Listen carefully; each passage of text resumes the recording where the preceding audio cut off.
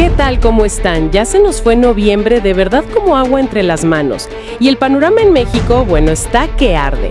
Hoy tenemos sobre la mesa un montón de temas que a simple vista parece que no tienen nada que ver. Pero si los juntamos, híjole, dibujan el retrato de un país que está como en una encrucijada. Por un lado, tenemos noticias económicas que le pegan directo al bolsillo a millones. Ya vienen los últimos pagos del año para pensionados y sobre todo la confirmación oficial del ajuste a la pensión bienestar para 2026. Pero, al mismo tiempo, las calles son un hervidero. Mucha protesta, mucha tensión social. Hoy vamos a analizar todo esto.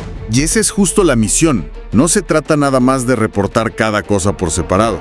La idea es entender el tejido que une todo esto. O sea, cómo se relaciona la cifra de un apoyo social con el ánimo que se vive en una manifestación. O de qué manera un discurso presidencial busca, darle sentido a todo este ruido. Hoy vamos a explorar las distintas narrativas que están compitiendo por definir la realidad del país, para que al final cada quien pueda formarse una imagen mucho más completa y sobre todo más crítica de lo que está pasando. Perfecto. Entonces, entremos en materia. ¿Te parece? Y empecemos por lo que es más tangible, lo que se siente en la cartera, el dinero. Para los pensionados del país hay buenas noticias, o al menos noticias concretas, para cerrar el año. Las fechas de pago ya están aquí. Así es un dato importante porque da certeza a millones de familias, ¿no? Para la gente del ISSSTE, el depósito de la pensión de diciembre se adelanta un poquito. Va a estar disponible a partir del viernes 28 de noviembre. Y en el caso del IMSS, el pago se va a realizar a más tardar el lunes 1 de diciembre. Es el último ingreso del 2025 y un respiro económico clave para las fiestas que ya se vienen. Un respiro súper necesario. Y hablando de apoyos, el otro gran anuncio que acaparó los titulares fue el de la pensión bienestar para adultos mayores. Hubo semanas de rumores de todo tipo, ¿te acuerdas? Se hablaba de que si un incremento del 10%, que si más. Sí, la especulación estaba a todo lo que da. Pero ya, se acabó.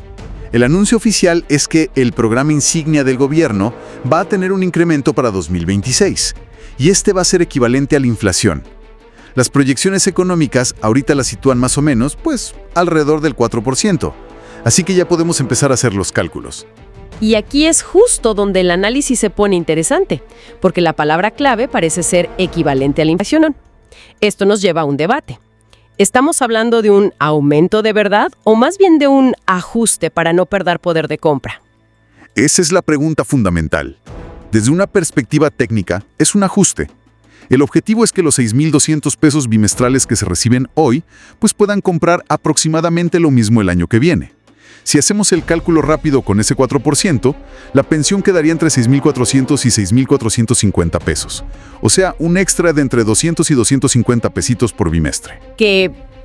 Claro que son bienvenidos, nadie va a decir que no, pero no representan un cambio estructural en el ingreso de las personas. Es más como ponerle un parche a la llanta para que siga rodando al mismo ritmo, ¿no?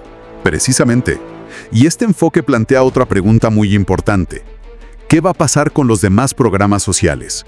Porque la presidenta centró todo su anuncio en los adultos mayores, que es el programa más grande, pero no mencionó qué va a pasar con los apoyos para personas con discapacidad o para madres trabajadoras. Ese silencio genera incertidumbre.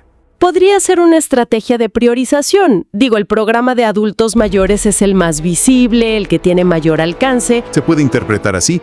Es el programa estandarte, ahora sí que es la joya de la corona de la política social del gobierno. Sin embargo, si recordamos la historia, el apoyo a madres trabajadoras, por ejemplo, tardó 3 años en recibir una actualización la última vez. Esto sugiere que, si es que hay un ajuste para los otros programas, probablemente sea menor, quizá del orden de 100 pesos, y sin la misma fanfarria mediática. El capital político se enfoca en el grupo demográfico más grande y, electoralmente más relevante. Entendido. Entonces tenemos este panorama económico donde los apoyos buscan, en el mejor de los casos, mantener el status quo frente a la inflación. Y aquí es donde la conexión con el segundo tema se vuelve casi, inevitable. Porque esa sensación de precariedad o de que el dinero nomás no alcanza, suele ser la gasolina para el descontento social que estamos viendo en las calles. Es una conexión directísima. Y nos lleva al fenómeno tan complejo de las recientes protestas. Aquí nos encontramos con dos narrativas que chocan de frente. Son completamente opuestas. Por un lado, la de un descontento ciudadano que es genuino. Y por el otro, la de una manipulación política orquestada. Hablemos de esa segunda narrativa, que es la que ha generado más polémica. Se usa un término muy fuerte, la cancerización social.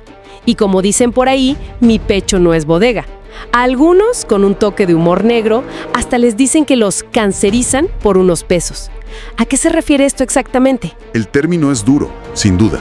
La teoría que se plantea, principalmente desde círculos cercanos al gobierno, es que los cinturones de pobreza que rodean a las grandes ciudades se convierten en un terreno fértil para reclutar gente, en carne de cañón, por decirlo de alguna manera. La idea es que por una necesidad económica muy fuerte, estas personas se vuelven vulnerables a recibir dinero a cambio de ir a manifestaciones, generar caos o simplemente hacer bulto. Básicamente la acusación es que son acarreados o grupos de choque a sueldo. Y las acusaciones señalan con nombre y apellido, ¿no? Sí, las acusaciones son muy específicas. Apuntan a figuras de la oposición y del poder económico. Se ha mencionado a empresarios como Salinas Pliego o a partidos como el PAN, como los supuestos financiadores detrás de estos movimientos. De hecho, uno de los casos más sonados fue el de un influencer que se autodenomina vocero de la generación X. Sobre él se difundió que supuestamente habría recibido un contrato de 2 millones de pesos del PAN en un solo año. 2 millones de pesos. Vaya, es una cifra que por supuesto levanta muchas cejas y alimenta la sospecha. Pero, a ver, ¿qué tan sólida es esta narrativa? ¿Hay evidencia contundente o es más bien parte de la guerra de declaraciones políticas? Ahí está el meollo del asunto. La evidencia concreta como una transferencia bancaria o un contrato público que diga pago por manifestación es extremadamente difícil de obtener, casi imposible. Lo que tenemos son acusaciones cruzadas, porque por otro lado, la contranarrativa es igual de fuerte. Los organizadores de las marchas y los participantes niegan categóricamente que les paguen. ¿Y cuál es su argumento? ¿Qué dicen ellos? Ellos argumentan que reducir sus protestas a una simple transacción económica es una táctica clásica del poder para deslegitimar cualquier tipo de disidencia. Afirman que sus motivaciones son genuinas: la inseguridad, la falta de medicamentos, la preocupación por la economía, el rechazo a políticas específicas. Para ellos, que los llamen mercenarios es un insulto, y es una forma de que el gobierno no tenga que escuchar el fondo de sus reclamos. Entonces estamos atrapados entre dos espejos. O son ciudadanos hartos de verdad, o son peones en un tablero de ajedrez político.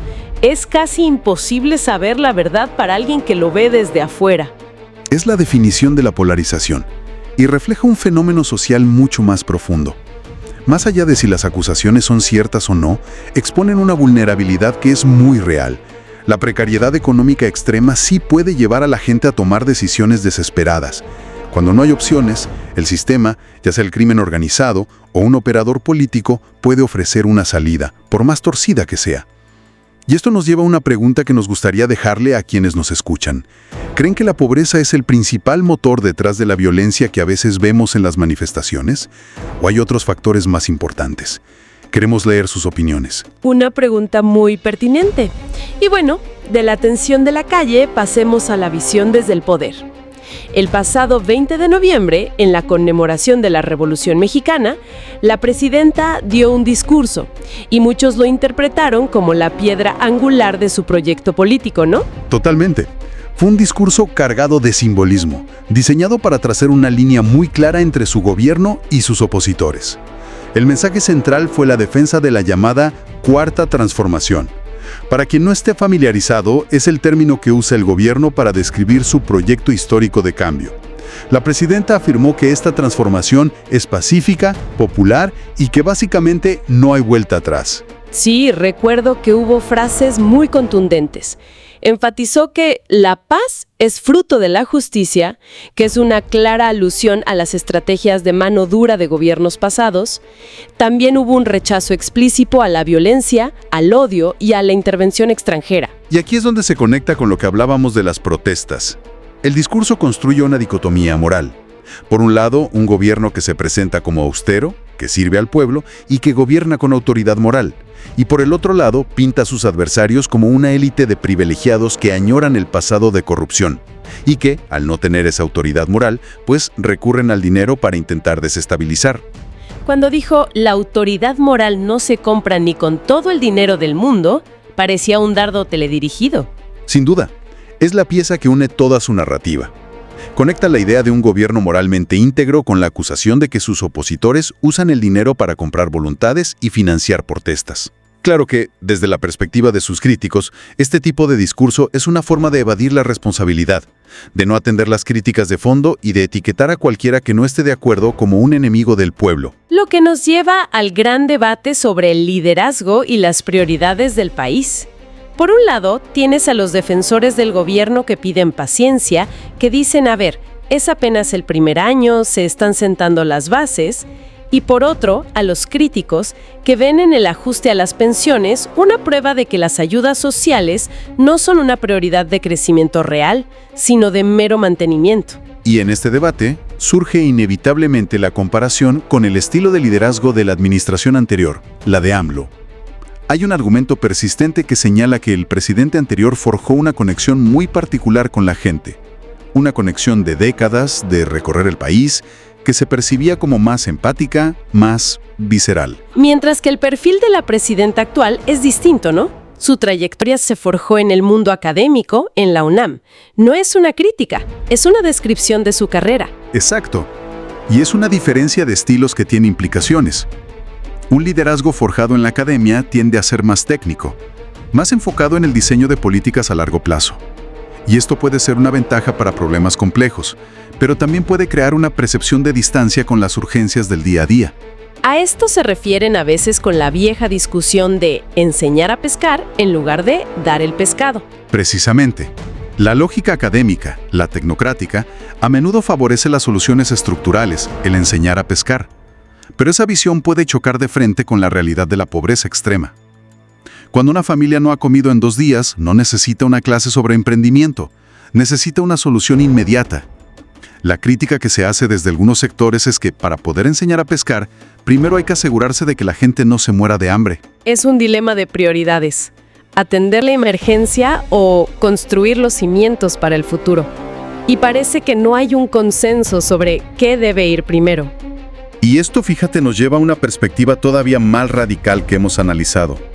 Hay quienes argumentan que todo este debate sobre si los apoyos o la seguridad es una distracción del problema de fondo, que es la corrupción estructural. Hay análisis, a menudo citados por los críticos más feroces del sistema, que lanzan cifras impactantes. Llegan a sugerir que hasta un 80% del presupuesto nacional se pierde o se desvía en corrupción. ¿80%? Es una cifra astronómica. Suena casi inverosímil. Y es importante subrayarlo. Es una cifra muy debatida y probablemente se usa como una herramienta retórica para ilustrar la magnitud del problema. No hay un estudio contable que la respalde de forma definitiva. Sin embargo, lo relevante no es si la cifra exacta es 80, 50 o 30. Lo relevante es la percepción generalizada de que una cantidad masiva de recursos públicos no llega a su destino. El argumento de fondo es que si se lograra atajar esa sangría, no estaríamos discutiendo si el ajuste a la pensión debe ser de 200 o 400 pesos. Los recursos serían tan abundantes que la cancerización social de la que hablamos sería imposible, porque la necesidad que la alimenta desaparecería. Vaya, es una idea que cambia por completo el enfoque del problema. Ya no se trata de administrar la escasez, sino de recuperar la abundancia. Lo que nos lleva a una segunda pregunta para nuestra audiencia. Si tuvieran el poder de decidir y solo pudieran elegir 3 cosas, ¿cuáles serían sus 3 prioridades absolutas para cambiar el rumbo del país? Nos encantaría leer sus propuestas en los comentarios. En resumen, el México de finales de 2025 es un país de contrastes. Tenemos una narrativa oficial de estabilidad económica y transformación moral, con apoyos sociales que se ajustan para no perder terreno. Pero al mismo tiempo, una tensión palpable en las calles que revela fracturas profundas y 2 visiones de país que parecen irreconciliables. La pregunta sobre cuál de estas realidades se impondrá, pues sigue en el aire. Los invitamos a compartir este análisis para que la conversación continúe. Suscríbanse a este canal, dejen su like y compartan. Gracias por acompañarnos. No nos despedimos. Permanezcan atentos al siguiente comunicado. Porque queremos, por el cambio climático, por los compromisos internacionales que tiene México, que todo lo adicional pues tenga que ver principalmente con fuentes renovables de energía. Vamos a ver si vamos pronto, los invito a Dos Bocas, a la refinería Olmeca. Está funcionando súper bien, está produciendo 280,000 barriles diarios. Había un problema ahí en una planta de generación eléctrica, entró CFE a ayudarle a Pemex, cosa que antes no ocurría, no se juntaban las empresas, entró CFE a ayudarle a Pemex y CFE nos ayudó a sacar adelante la generación y algunas otras cuestiones que se hicieron. Estaba produciendo sobre 150 y ya está llegando a los 300,000 barriles diarios. Por cierto, Tula también ya está produciendo, ha aumentado mucho la producción nacional de hidrocarburos. Entonces va bien Pemex y tiene que ver con esto y el equipo ahí que está trabajando. Sí, muy positivo. Presidenta, solamente para preguntarle, ¿tuvo alguna noticia sobre el túnel de Huachicol que se encontró en la Miguel Hidalgo? ¿Le han dado algún informe? No, vi, lo pasaron no en la mañana si sea cierto, igual el gabinete, pero no, le pedimos a ver si Pemex o el gabinete de seguridad puede informar más. Sí, gracias. Bueno, vamos a ver el transísmico y luego vamos acá y acá. Sí. El otro día tuviste media hora, Rey. Buenos días, Presidenta, buenos días. Casi 40 minutos, récord mundial de mañaneras del pueblo. Adelante. Buenos días, Presidenta, buenos días a los del PAN. Eduardo Esquivel Ancona, Domo de Cristal. Ahora que va a estar en el tren transísmico, le quisiera preguntar, el proyecto no nomás es el tren, sino son los 12 polos de desarrollo, 6 en Oaxaca, 4 en Veracruz y 2 en... A ver si está te digo yo transparencia, yo soy del ya de otra época. La lámina que presentó el almirante que está a cargo del interoceánico aquella vez que vino a la mañanera, donde viene todas las rutas del interoceánico y los polos de bienestar, a ver si la tienes por ahí. Y 2 en Chiapas. ¿Cómo van estos polos de desarrollo? ¿Ya se inauguraron o se van a inaugurar? ¿Qué empresas están por invertir ahí en esos polos de desarrollo? Esa sería mi primera pregunta. Si quieren traemos, si no esta semana la otra, para informar. Ahora que vamos primero a Tuxtla a inaugurar un hospital del IMSS, Tuxtla Gutiérrez, y de ahí vamos a tomar el tren, el interoceánico, y en el transcurso del interoceánico nos van a estar informando todas las empresas de los polos de bienestar cómo van. Entonces, hoy me van a dar toda la información y lo traemos para acá, si quieren, la próxima semana. Este es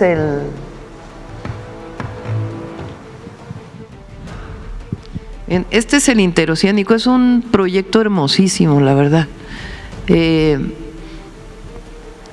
Lo que hizo el presidente López Obrador fue de Salina Cruz, que además se está desarrollando este puerto en Oaxaca, va por el istmo de Tehuantepec hasta Coatzacoalcos.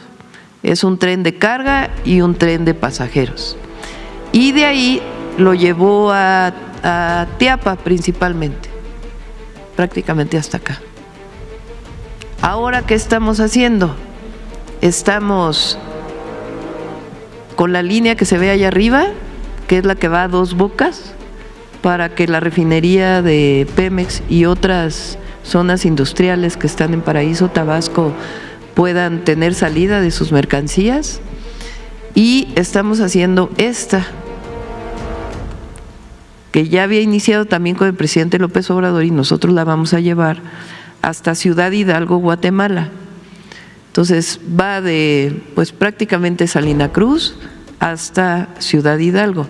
Hoy vamos a inaugurar como hasta la mitad del camino, esta parte.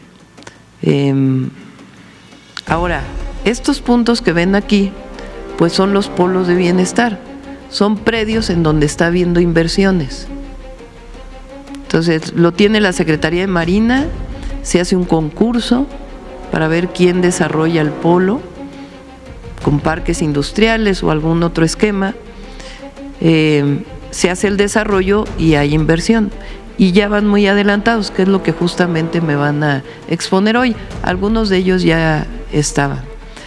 Además, que fue justo lo que cuando fuimos a Guatemala acordamos con el presidente Arévalo, que además está haciendo un gran trabajo, lo mandamos saludar. La idea es que este tren pueda seguir por Guatemala. Y parece que ya van muy avanzados. Estaba el tema del puente, o sea, quién iba a construir en el puente, y dijimos que nosotros podemos construir para llegar hasta Guatemala, y de ahí ellos ya pues tienen esquemas con privados en donde tomarían el tren para desarrollarlo. Y esto puede ir por todo Centroamérica. Entonces realmente es una enorme visión, y en el momento en que esté desarrollado Salina Cruz, todavía que ya va bastante avanzado también, no sé si vieron, en esta misma presentación viene cómo llegan coches de Hyundai, creo que es. A ver, pásalo.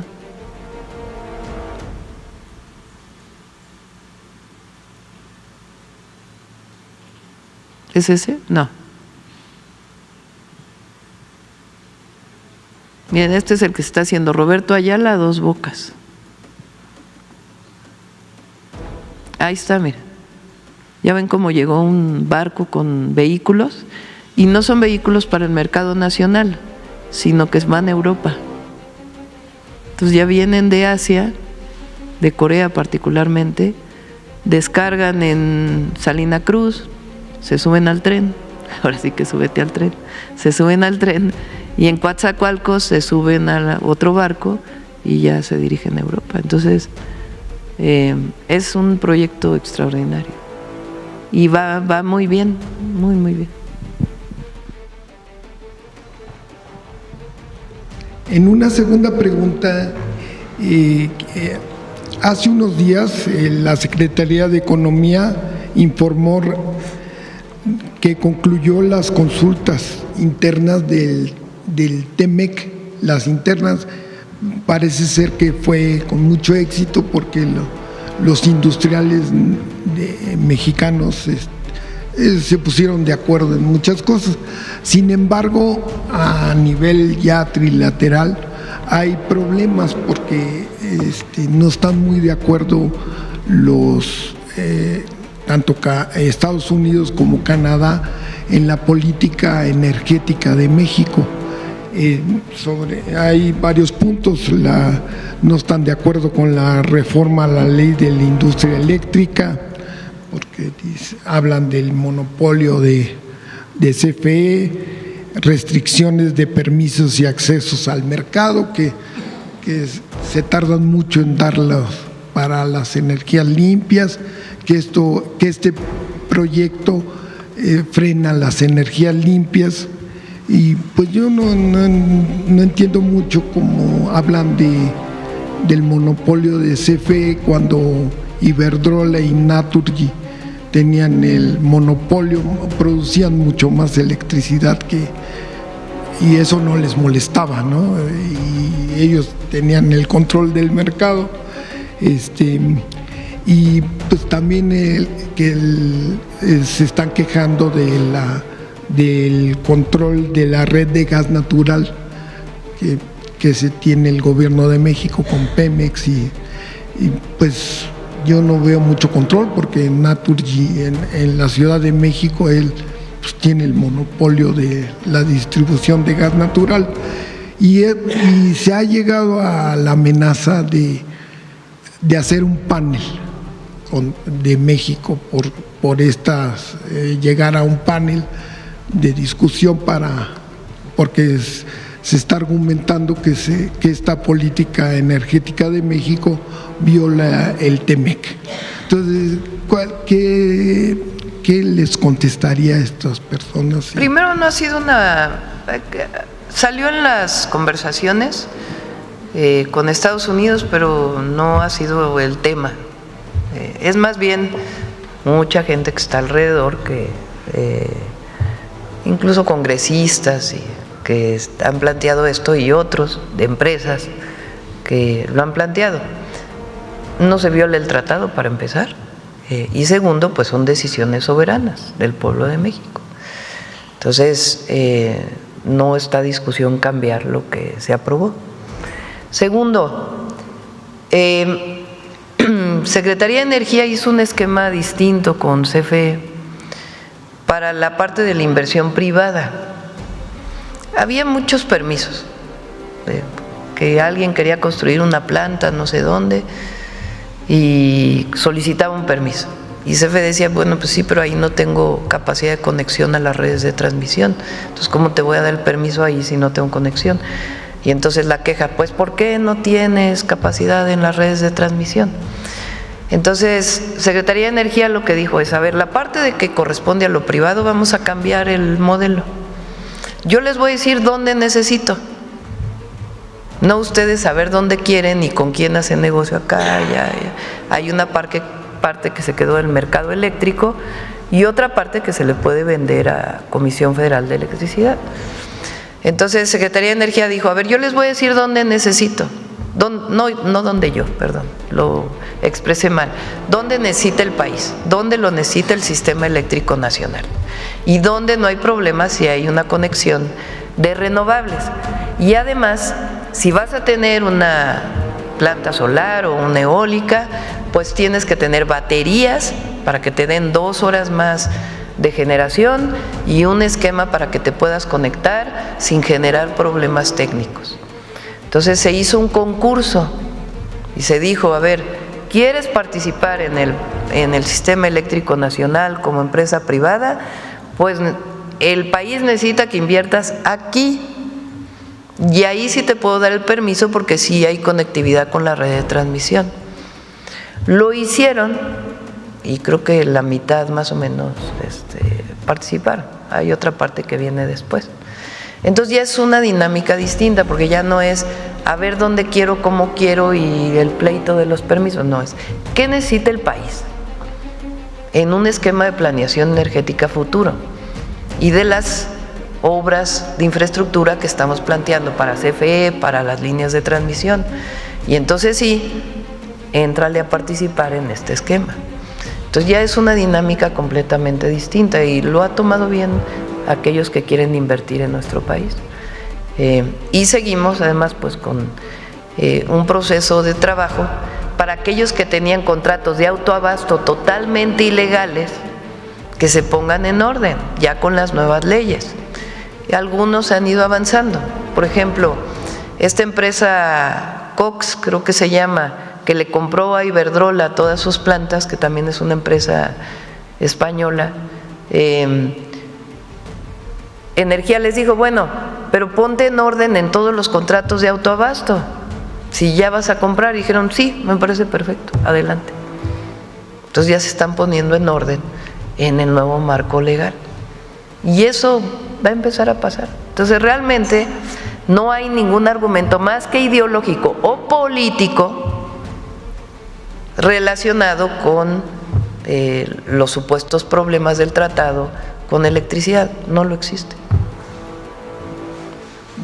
Muchas gracias. Ya por último, México sí cumplirá el Acuerdo de París en... Sí, estamos acelerando, está haciendo Alicia Bárcenas un cálculo que tiene que ver con captura de carbono, con programa Sembrando Vida, con todo lo que se está haciendo en términos ambientales y el aumento de las fuentes renovables de energía. Pues en todo el esquema que ha venido presentando aquí también CFE y la Secretaría de Energía. Sí. A ver, acá andan. Gracias, presidenta. Buenos días a todas y a todos. Nancy Flores, de la revista Contralínea.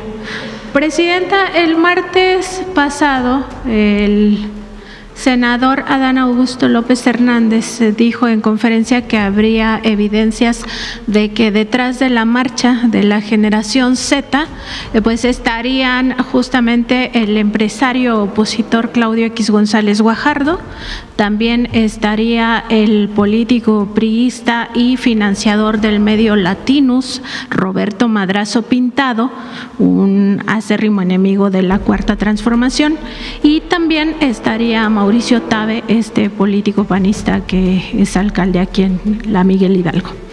En todo esto llama la atención porque habría evidencias, de acuerdo con lo que dijo este senador, de que ellos habrían organizado esa marcha, pero también habrían dado algún tipo de financiamiento. Aquí la pregunta, presidenta, es justamente pues su opinión, saber su opinión acerca de que la derecha, no solo mexicana, porque también hay ligas con Atlas Network, que es esta organización, y otros exactamente, otros representantes de la ultraderecha internacional, pues están apostándole a la violencia en México con un claro objetivo, que es desestabilizar al país en una de lo que se conoce como las fases del golpe de Estado blando, donde se calienta la calle, así se le llama, ¿no? Se genera malestar y se generan protestas en calle. El tema es que viene pues toda la discusión de la reforma electoral, que les molesta mucho, y también el Mundial de Fútbol. Entonces, su opinión de cómo están apostándole a la violencia para desestabilizar política, económica y socialmente a México en un momento tan importante para el país. Aquí yo presenté una declaración del dirigente del PAN, de Jorge Romero. No es menor lo que él dijo en una entrevista. Y es importante que quienes estén aquí estén de acuerdo con nosotros o no, lo analicen, porque hay quien presenta algunos temas en sus medios y hay quien no. Pero Jorge Romero en una entrevista dijo abiertamente, a ver, ponlo, una vez más, porque no es menor que un dirigente de un partido político de oposición que se ha caracterizado por que abiertamente dicen que son de derecha y que tienen su alianza con el PRIAN, porque todavía con el PRI pues histórica. Entonces él lo declaró, no es menor, no es que se equivocó, después dijo, ay, es que me equivoqué. No es que se equivocó, es que es parte de una estrategia, porque si no, ¿por qué lo declaró?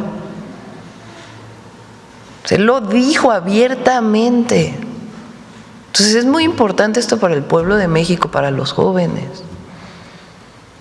No se debe apostar nunca a la violencia como forma de hacer política, más cuando vivimos en un país libre.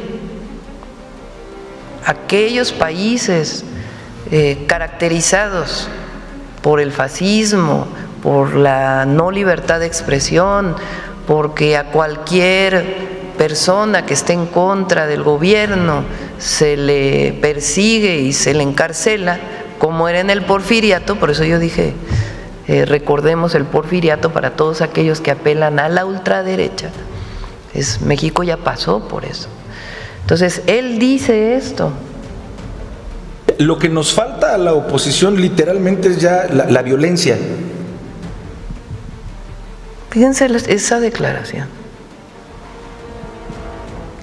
Ahora júntenlo con lo que dijo ayer, antier, me pareció muy interesante, el Congreso de la Ciudad de México, lo que dijeron algunos diputados del Congreso de la Ciudad, que muestran pruebas. Ya no es solamente, digamos, juntar cabos que están en las redes, que no se necesita ser un investigador muy avesado para poder poner esto, ver quiénes convocaron a la manifestación, quiénes participaron en la manifestación, quiénes no se deslindaron, quiénes quisieron acusar al gobierno de represor, en fin, quienes promueven el odio como forma de hacer política. Es nada más, digamos, juntar lo que está en las redes. Bueno, está esta declaración y luego algunos diputados del Congreso de la Ciudad de México pues ya le pusieron nombres y mostraron algunas pruebas y van a hacer una comisión. Y me parece bien, la verdad, porque ocurrió en la Ciudad de México y con la policía de la Ciudad de México. Entonces, qué bueno, pues que investiguen esta situación. Entonces, luego dicen que por qué decimos esto. Bueno, ¿qué opinan de esto? Todos los comentócratas, los que un día dicen una cosa y el día luego dicen otra cosa. Entonces, es muy importante que abramos esto, porque si no se queda escondido. Entonces, la violencia que se generó por un grupo en una manifestación que golpeó a los policías como golpeó y que estaban buscando otras cosas llenos de odio, pues se hacen todas estas denuncias y no dicen esta boca es mía. Entonces, ya los otros vínculos con Claudio X González, con otras personas, pues hay mucho que sale en las propias redes que se puede vincular. Entonces, no es un asunto más que de información pública y otras, pues que con las propias investigaciones pudieran llegar a salir. Y no es importante porque, y no es buscar algo en particular, sino quién convocó a la movilización, aquí se presentó. Entonces quieren mostrar como si fuera una generación de jóvenes que estaba en contra del gobierno. Pues no, ya se vio que no tiene nada que ver con eso. Entonces sí es importante y va a ir saliendo poco a poco, porque eso son cosas que no se pueden esconder. Presidenta, en otro tema también preguntarle si la Comisión Nacional Bancaria y de Valores ya le comentó qué decisión se tomó en torno al nombramiento que se hizo de Itzel Moreno Macías García como interventora gerente para la Casa Vector, Casa de Bolsa, luego de que el órgano interno de control de la CNBV pues determinó, más bien abrió una investigación para revisar si había un posible conflicto de interés. Ello porque esta persona, Itzel Moreno Macías García, pues fue quien supervisó entre 2014 y 2022 a estas instituciones, incluida Vector. Ella fue directora general de supervisión y también vicepresidenta de supervisión bursátil en ese mismo periodo en el que el FinCEN, este organismo de Estados Unidos, pues dice que podría haber operaciones de lavado de dinero. Entonces, preguntarle justamente si le informaron qué decisión se tomó, si se ratificó el cargo, ¿no si lo se informaron? Suspende. A ver si pueden venir el secretario de Hacienda. Claro que la CNBV tiene sus propias, funciona como un consejo, pero el secretario de Hacienda, si no, bueno, en estos días, la próxima semana, para informar sobre la intervención de los dos bancos y de la Casa de Bolsa, para que sea público todo lo que ocurrió con esta intervención y en particular lo que nos están pidiendo de esta persona.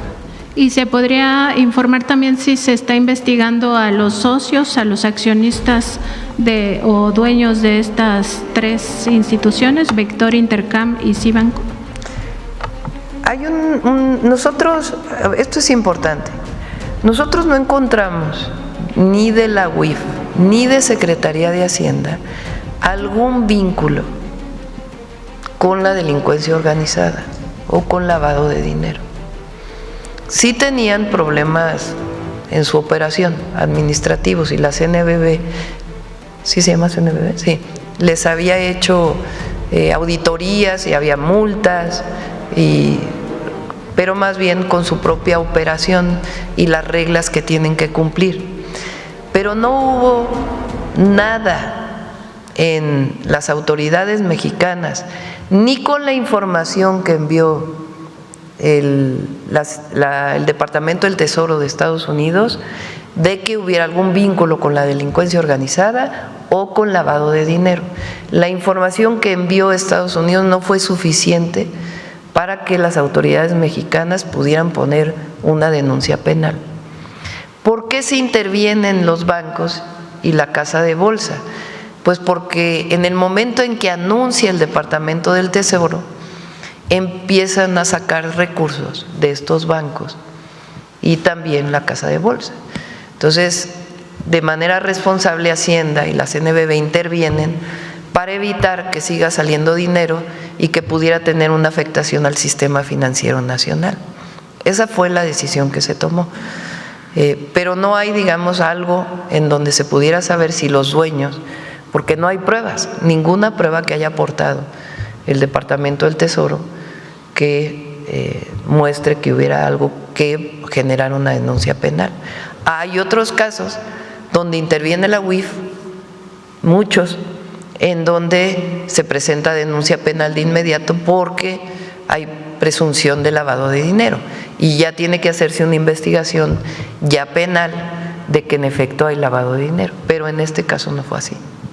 Gracias, Presidenta. En el caso de Petróleos Mexicanos, también preguntarle, porque tenemos información de que ya se habría alcanzado una producción de petrolíferos de un poco más de 1.300.000 barriles diarios, saber si esta cifra se confirma y cómo contribuye en esta búsqueda de nuestra soberanía energética.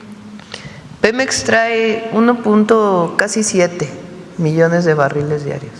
¿Ya casi alcanzando la meta entonces? Sí. Los 100,000 adicionales los dan productores privados que tenían permisos desde las rondas aquellas que hicieron en el periodo de Peña. Entonces realmente hay una producción hoy de 1.8 millones de barriles diarios entre Pemex y la producción privada. Y Pemex está con esquemas diversos para que cuando se alcance la madurez de algún campo, de algún pozo, pueda haber producción adicional. Solo esta cifra del 1.3 millones de barriles diarios sería de refinados. Sí, de acuerdo. Es la producción de gasolina, los principales, ¿no?, que son gasolina, diésel y turbocinas, está sobre, creo que 800,000 barriles. Este dato que traes es el petróleo que entra, que son 1.1, si mal no me acuerdo, millones de barriles diarios. Hay un procesamiento y hay pues ciertas pérdidas de masa que ya se van a coque y otros productos. Pero de los principales, de la principal producción está casi sobre 800,000. Gracias, Presidenta. Y también sobre Petróleos Mexicanos hay un tema pues interesante, porque en el sexenio de Enrique Peña Nieto se abandonaron unas plantas para producir diésel de bajo azufre. En ese momento esas plantas tuvieron una inversión de alrededor de 4,000 millones de dólares y se estima que el 50% sería todavía deuda, pero hay un intento de proyecto para recuperar estas instalaciones. Preguntarle si eso no sería contraproducente, porque se abandonaron desde 2015, ya llevan una década en el abandono. En realidad lo que nos comentan es que estarían en ruinas, están instaladas en varias refinerías y el tema es que podría acabar siendo como lo de agronitrogenados o lo de Fertinal, que eran plantas chatarra cuando se vuelven a adquirir en el propio sexenio de Peña Nieto, y al final acaba costando muchísimo dinero recuperarlas. Era mucho mejor pues construir desde cero prácticamente esas plantas. Desde el gobierno del presidente López Obrador se invirtió en coquizadoras. Una refinería producía, hoy tenemos 8 refinerías, ¿no? 6 refinerías que son las históricas, una refinería más que es La Olmeca, Dos Bocas, Paraíso, Tabasco, y Deer Park, que ya es completamente de Pemex. Bueno, son 8 refinerías, una de ellas está en Texas. Las refinerías, las 6 refinerías históricas, digamos, producían gasolina, diésel y combustóleo. combustóleo es un hidrocarburo que se utilizaba mucho para producir electricidad. Ese hidrocarburo tiene mucho azufre y es muy contaminante. Entonces, desde mucho tiempo atrás se buscó que hubiera coquizadoras. ¿Para qué? Para que las refinerías produzcan más gasolina, más diésel, menos combustóleo y quede un poquito que se llama coque, que ya es un producto pues casi sólido de los hidrocarburos, que se utiliza para las cementeras y tiene otros usos. Entonces, el presidente López Obrador invirtió en 2 coquizadoras que se habían empezado hace mucho y que una de ellas está ya prácticamente lista, por lo menos la primera etapa. Una coquizadora en Tula y otra coquizadora en Salina Cruz. Ambas están pues ya prácticamente, sobre todo la de Tula ya está funcionando y está produciendo mucho más gasolina Tula, y Salina Cruz pues va avanzando. Entonces son 2 proyectos que ya venían de antes. Lo que tiene que ver con Madero y otras refinerías que estaban prácticamente tiradas cuando llegó el presidente López Obrador, hoy están operando y también se están haciendo algunas cuestiones de mantenimiento mayor para que sigan produciendo. Entonces esa es la historia de las coquizadoras y eso también te ayuda a que se produzca gasolina con menos azufre. Entonces, así están las obras en las refinerías. ¿Se podría revisar el tema de las Sí, se puede revisar, por supuesto, informar aquí, porque es cierto, se hicieron muchos contratos en el periodo de Calderón. Bueno, se prometió una refinería que nunca se hizo, más que media barda, y se hicieron muchas inversiones que la verdad pues se quedaron a la mitad. Entonces lo que decidió el presidente López Obrador, y creo que bien porque están funcionando bien, es poner a funcionar. Además, ayuda mucho porque la gasolina de bajo azufre contamina menos. Gracias, presidenta. Sí. A ver acá. Ya son 9:25. A las 10 de la mañana nos vamos a… Sí, adelante. Buenos días, presidenta. Hans Salazar, de Noticiero en Redes. A propósito de lo que acaba de comentar mi compañera, me distraes. No es cierto. A propósito de esto, que es muy importante, en el Congreso de la Ciudad de México se presentó hace un par de días señalamientos muy concretos con pruebas contra 2 alcaldes de la Ciudad de México.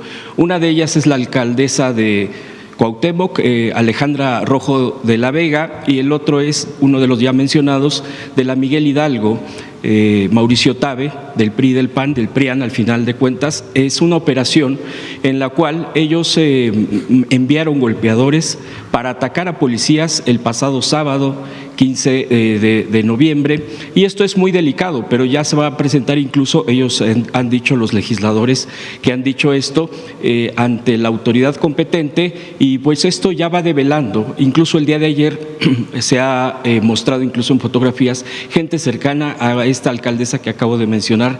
¿Usted confía en que todo esto se va a ir sabiendo poco a poco como se va develando, para precisamente ver quién y cómo se operó todo esto del 15, este ataque, esta violencia que se generó, presidenta? Sí,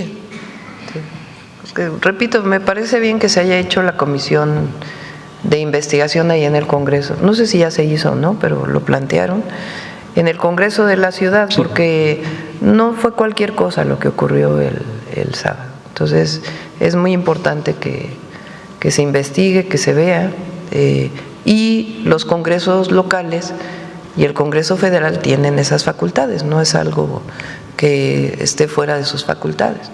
Entonces me parece bien, y a todos estar pues viendo estas pruebas, esto que sale, que se informe en todo mundo, porque son cosas que no se pueden esconder, poco a poco va saliendo. Presidenta, aprovechando precisamente el tema de la Cuauhtémoc, de la alcaldía Cuauhtémoc, pues hace meses cuando se hizo la polémica y que se mostró que sí tenía un sustento legal de procedimientos para colocar un par de estatuas que simbolizan mucho para movimientos de izquierda, que es de Ernesto Che Guevara y Fidel Castro, y que no se ha sabido más sobre si se ha tramitado al respecto para que sean devueltas y sean de vuelta a la colocación de estas. ¿Sabrá de este trámite, Presidenta, qué pasó? No tengo el seguimiento, vamos a preguntar. Secretaría de Cultura envió en su momento un oficio, pero ya lo estaba viendo el gobierno de la Ciudad de México. Entonces hay que ver con la jefa de gobierno cómo va eso. Gracias, Presidenta. Cambiando totalmente de tema, hay un evento que se está desarrollando, se está realizando en Tokio, Japón, los Juegos Sordolímpicos. Ah, sí, me mandó Belmont, ¿verdad? Sí. Hoy en la mañana me mandó. Es muy importante porque tenemos una delegación mexicana, nos representan, ya llevan 2 medallas, es importante siempre reconocer a nuestros deportistas. Falta una semana más, pero casi no se sabe, de hecho no se conoce mucho este tipo de encuentros deportivos internacionales que tenemos representación. ¿Usted qué considera, cómo podría difundirse más este tipo de justas deportivas? Hay que difundirlo todo, ponen en alto el nombre de México. ¿Traes video? No, ¿sí? A ver, ponlo. La mañana me mandó un mensaje Belmonte.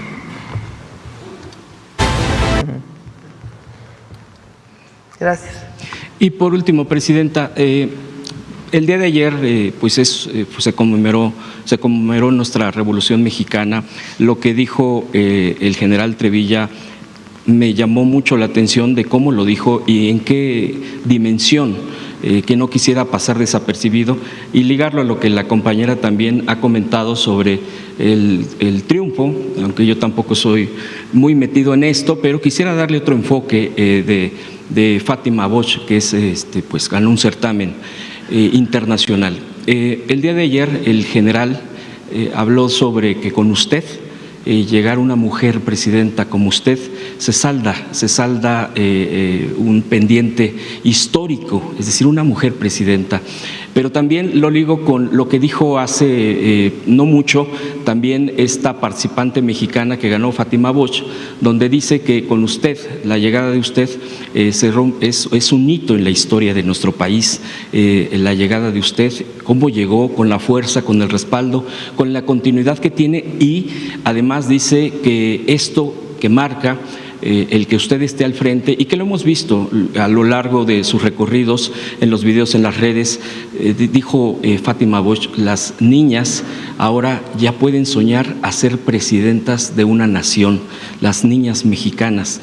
Quisiera yo ligar estas dos declaraciones de personajes tan diferentes en sus ámbitos, el militar, el comandante, el general, secretario de la Defensa Nacional, y la triunfadora mexicana Fátima Bosch en este certamen de Miss Universo. Yo dije que al llegar era un símbolo que iba a permear. Obviamente las políticas que tenemos que hacer para apoyar a las mujeres, eliminar la violencia contra las mujeres y garantizar la igualdad, pues son muchas, porque no solo es llegar, es hacer. Pero es un símbolo y se ve en instituciones que pudieran parecer muy cerradas, como el Ejército Mexicano, en donde hoy pues hay un reconocimiento a las mujeres del Ejército.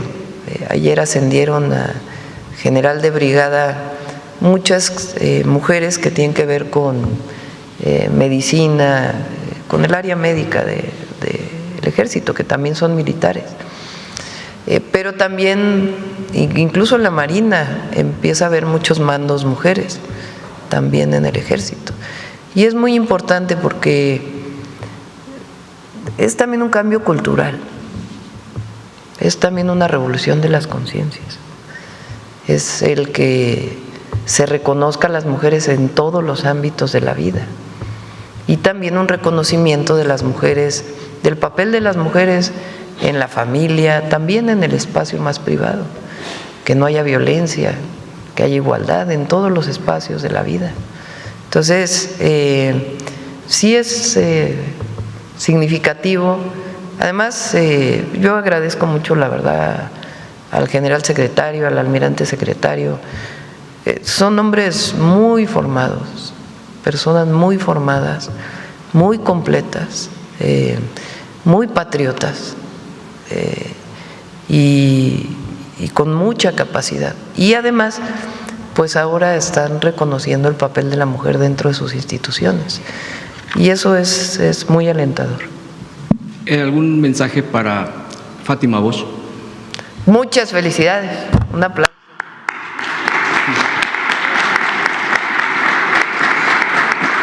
Gracias, presidenta. Gracias. Gracias. A ver a la compañera atrás, porque ha estado ahí pidiendo la palabra, luego dicen que no. Ya, gracias. Damos la palabra y ya cerramos porque sí, falta suave. Gracias, Patria. Presidenta. Buenos días, Judith Sánchez Reyes de Perspectivas MX y Radio Milet. Preguntarle, el próximo lunes 24 de noviembre está convocado un paro carretero por parte de transportistas y productores. En ese sentido, preguntarle si están buscando o van a buscar algún acercamiento con los líderes para evitar justamente este paro.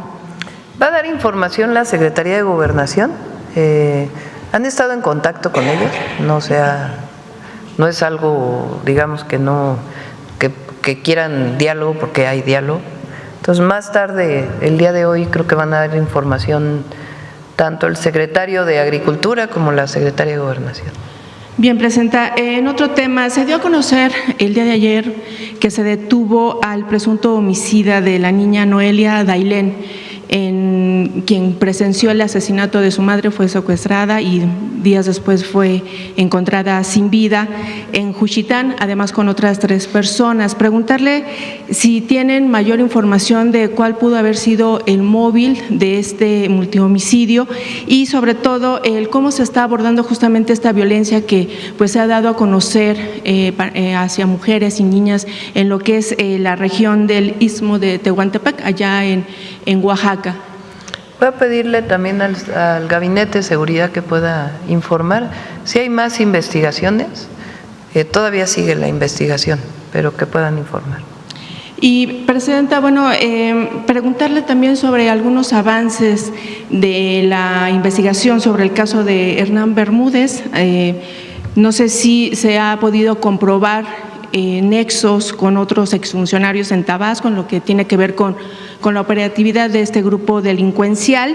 Y también no sé si pudieran detallar un poco cuáles fueron esas cuestiones técnicas de las que se habló, por las que el traslado de Paraguay a México fue más de 30 horas y estas escalas en Bogotá, en Campeche y Tapachula hasta para poder llegar a Toluca. No sé si haya un poco más de información. El fiscal, ¿no? Una vez que estuvo aquí en seguridad lo informó el propio fiscal, eso ya se informó.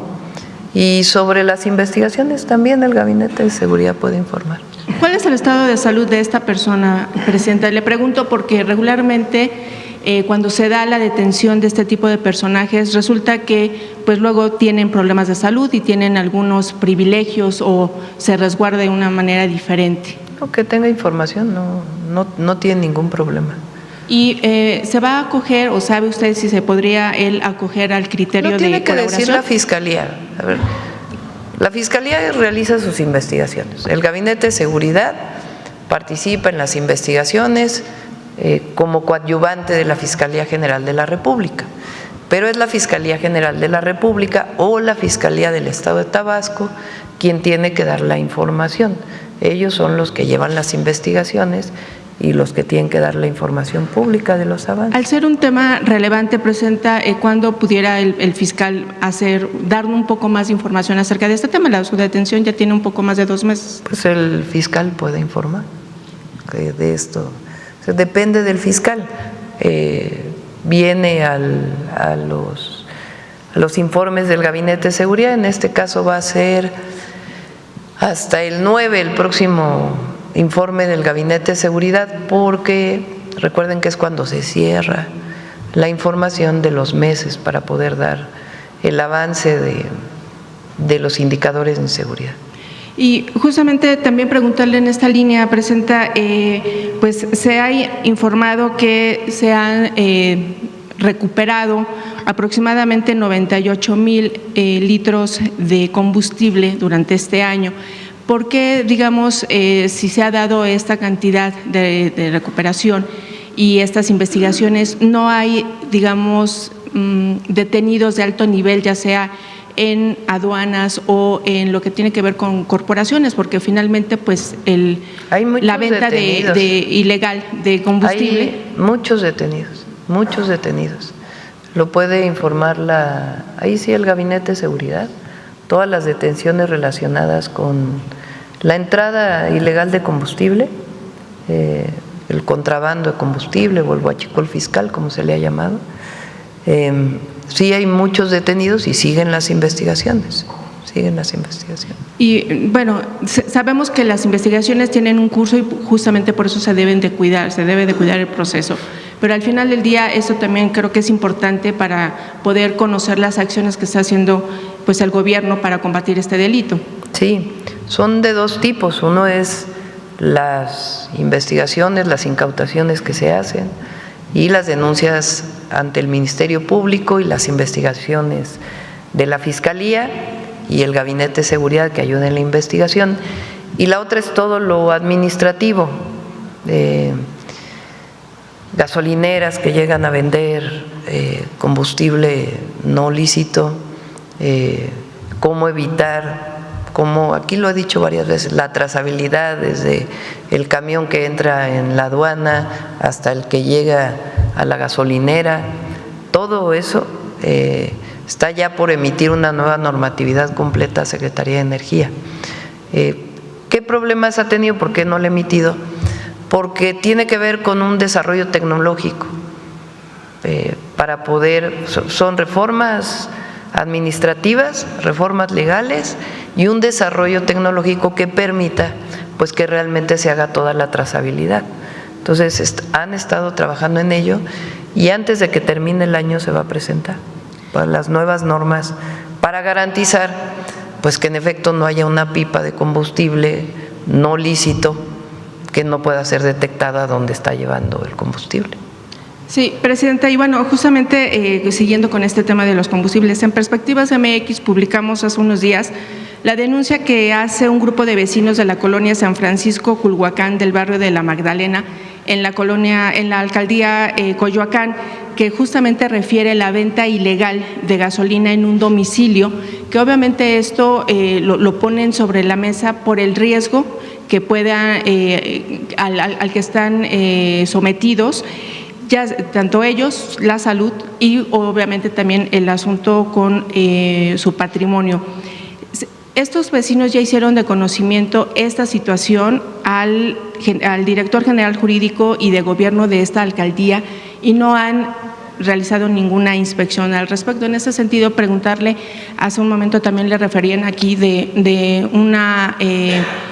un domicilio en donde también se encontraban este asunto del huachicol en otra alcaldía. En la Ciudad de México, ¿cómo se está manejando esto entre los tres niveles de gobierno justamente para evitar, pues, el riesgo que implica que estos domicilios, estos sitios estén alrededor de viviendas? Hay delitos del Foro Común y delitos federales. La venta de combustible ilegal es un delito federal, pero Protección Civil, otros más bien otros delitos. Okay. Entonces, algunos tendrá que ver la Policía de la Ciudad y la Fiscalía General de Justicia de la Ciudad de México, y qué bueno que nos dices esto para que podamos pedirle al Gabinete de Seguridad que intervenga con la Fiscalía General de la República. Y finalmente, Presidenta, también de acuerdo a una investigación periodística de Artículo 7, se reveló que en el Congreso de Tamaulipas existe una nómina secreta en la que figuró de primera instancia la esposa del diputado morenista Humberto Prieto, quien aparece como beneficiaria de 10 pagos de 20,000 pesos cada uno, todos realizados durante el 2023, sin que su nombre figurara en la lista pública del personal, es decir, de asesores o personas de confianza o de base. De acuerdo a esta investigación periodística, se da a conocer también que estos pagos los cobró teniendo residencia en Texas y además, bueno, ahí se da una lista de otros personajes. Preguntarle cómo se está combatiendo, cómo está combatiendo usted desde su gobierno este tipo de actos de nepotismo, pues de alguna manera también de uso de recursos públicos para beneficios personales, ¿no? de ciertos personajes que están dentro del gobierno o de la estructura gubernamental hacia familiares o amigos. Bueno, hay que investigarlo. Una parte de eso, pues repito, tiene que ver con investigaciones estatales, pero ya que lo denuncias aquí en la mañanera, pues que se revise, se investigue y si hay un delito, pues que se sancione. Y ya nada más finalmente, presidente, preguntarle, ¿ya usted formalizó la denuncia contra esta persona que la acosó hace unas semanas? Sí, no fui directo al Ministerio Público, me dijo la fiscal de la ciudad que con enviar un documento, envié el documento explicando exactamente lo que fue, firmado por mí y lo envié directo a la fiscalía. Esta persona ya está detenida obviamente por otras acusaciones, pero ¿no hubiese sido importante que usted presentara de manera formal la denuncia? Si es necesario lo hago. El tema es que la propia fiscal me dijo con que usted envíe es suficiente para que se incorpore en la carpeta de investigación. Muchas gracias, presidente. Además, no es, eso hay que sancionarlo y hay que denunciarlo y no debe ocurrir en nuestro país. El martes 25 de noviembre viene Citlali, presentamos lo que nos comprometimos, es el día contra la violencia hacia las mujeres, o ¿cómo se llama exactamente? Día Internacional, a ver cómo se llama.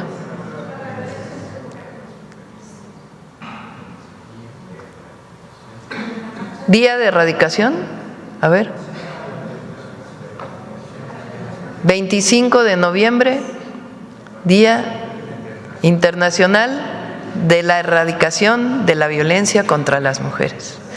Viene Citlali, ya hay acuerdo con muchos gobiernos estatales para poder hacer las presentaciones a los congresos de las fiscalías, de pues todas las instituciones, los tribunales de justicia, para que se sancione cualquier acoso o abuso a cualquier mujer en nuestro país. Y además la campaña que me comprometí, que el próximo martes 25 la presentamos. Ya, suave patria, vámonos, 9:47. Con su permiso, presidenta. Juna, presidenta. Juna, secretario. Juna, amigos, amigas. Juna, desde Palacio Nacional. Les acabo de saludar en la lengua Omdi Odi. Es el ayapaneco, como muchos lo conocen, la lengua que se habla en el estado de Tabasco. México es un país construido por las manos de su gente. En cada región, en cada pueblo, las tradiciones se trabajan y se cuecen a fuego lento de la memoria. Y en estas tierras norteñas, donde el viento del Golfo acaricia montes y llanuras, vive un arte que resguarda historias antiguas, la alfarería. Hay prácticas que hablan por sí solas. Basta un pedazo de barro entre los dedos para narrar las vivencias de nuestras abuelas y nuestras comunidades. Cuando las mujeres y hombres de los pueblos originarios moldean la arcilla y la transforman en cántaros, ollas, figuras y vasijas, dan forma a un México vivo y profundamente creativo. El tiempo ha convertido este oficio en algo más que una labor. Es un tributo a quienes con paciencia y sabiduría convierten la tierra en arte. Hoy en Suave Patria, y con el permiso de usted, presidenta, amigas y amigos, les compartimos el siguiente video.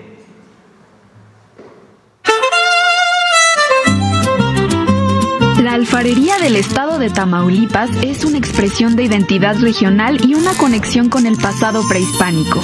Sus técnicas y características coinciden con restos arqueológicos encontrados en sitios como el Sabinito y Balcón de Montezuma. Pues uno se siente muy orgulloso de lo que ve un montón de tierra ya revuelto con lo demás. Se siente muy orgulloso porque se ven muy bonitos, ya más cuando están listos para salir al mercado. Pues se emociona uno, que ya hizo una cosa, ya hizo otra y pues va a hacer otra. Yo hago de distintos, me mandan a hacer y los hago. Las ollas y comales son esenciales en la cocina tamaulipeca. Los diseños son sencillos y funcionales, cargados de mucha tradición e historia. Tiene vida lo que uno está haciendo. ¿Y por qué? Porque pues uno le da el visto bueno al momento que los fabrica.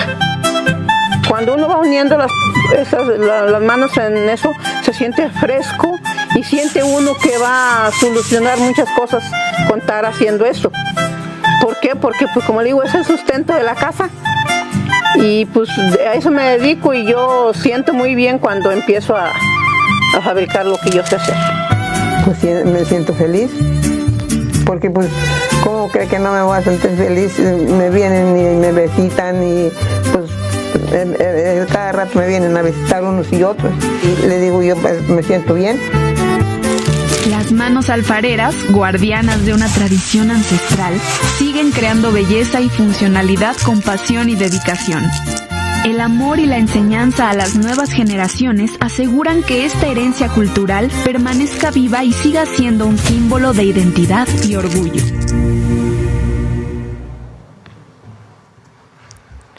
Es un orgullo ver que el barro cobra vida entre recuerdos y generaciones. Por eso, la alfarería mantiene encendido el espíritu de los tamaulipecos en cada fogón y en cada horno. Y desde Palacio Nacional ofrecemos nuestro más sincero agradecimiento a todas las artesanas y artesanos que dialogan con la tierra, que moldean la memoria de su gente y transmiten con mucho orgullo a las siguientes generaciones, porque el arte siempre guarda lo mejor de nosotros, desde una vasija que conserva el agua de nuestra familia hasta una pieza que conserva siglos de historia y de tradición. Dios Yoja, muchas gracias.